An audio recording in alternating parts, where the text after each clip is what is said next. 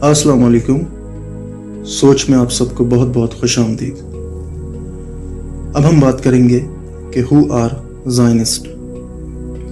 زائنسٹ جنہیں ہم اپنی زبان میں صہیونی کہتے ہیں. لفظ زائنسٹ زایون سے نکلا ہے. زایون ایک پہاڑی ہے جو یروشلم کے قریب آباد ہے. اسی کے نام پر انہوں نے اپنی اس تنظیم کا نام زائنزم رکھا. یہ ایک موومنٹ ہے جو شروع ہوتی ہے 1897 میں اور اس کے بانی کا نام تھیوڈور ہرزل تھا جو ایک بہت ہی ذہین شخص تھا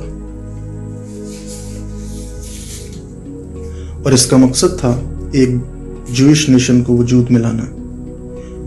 اس کا ماننا تھا کہ جوئش پاپولیشن سروائیو نہیں کر سکے گی اگر اس کا کوئی اپنا خود کا ملک نہ ہوا تو.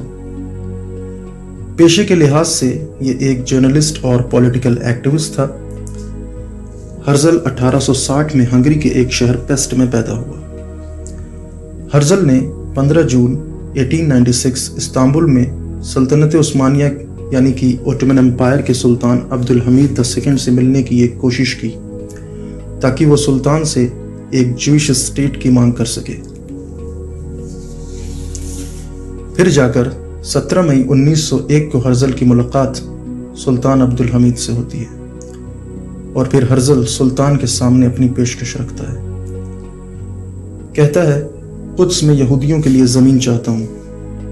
اس کے بدلے میں عثمانیہ سلطنت پر جتنا بھی قرض ہے وہ ہم ادا کر دیں گے.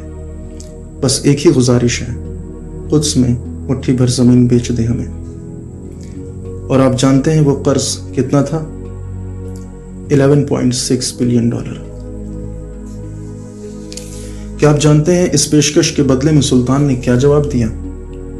سلطان نے کہا قدس کی زمین کا ایک ٹکڑا بھی نہیں دیا جائے گا. یہ سرزمین ہماری نہیں ہماری قوم کی ہے. ہمارے لوگوں نے قربانیاں دے کر اپنے خون سے اس زمین کو سینچا ہے. قدس کی سرزمین امانت ہے ہمارے پاس. قدس کی زمین پر صہیونی ریاست کی اجازت ہرگز نہیں دیں گے ہم, اور جب تک ہم زندہ ہیں یہ ریاست کبھی قائم نہیں ہوگی. اور یہاں ایک اہم بات میں بتانا بھول گیا, وہ یہ ہے کہ سبھی زائنسٹ یہودی تو ہوتے ہیں پر ہر یہودی زائنسٹ نہیں ہوتا. بہت سے آرتھوڈاکس جیوز آج بھی اسرائیل زائنسٹ اور زائنزم موومنٹ کے خلاف ہیں, جیسے ربی اسرائیل اور ربی الحنن بیک وغیرہ.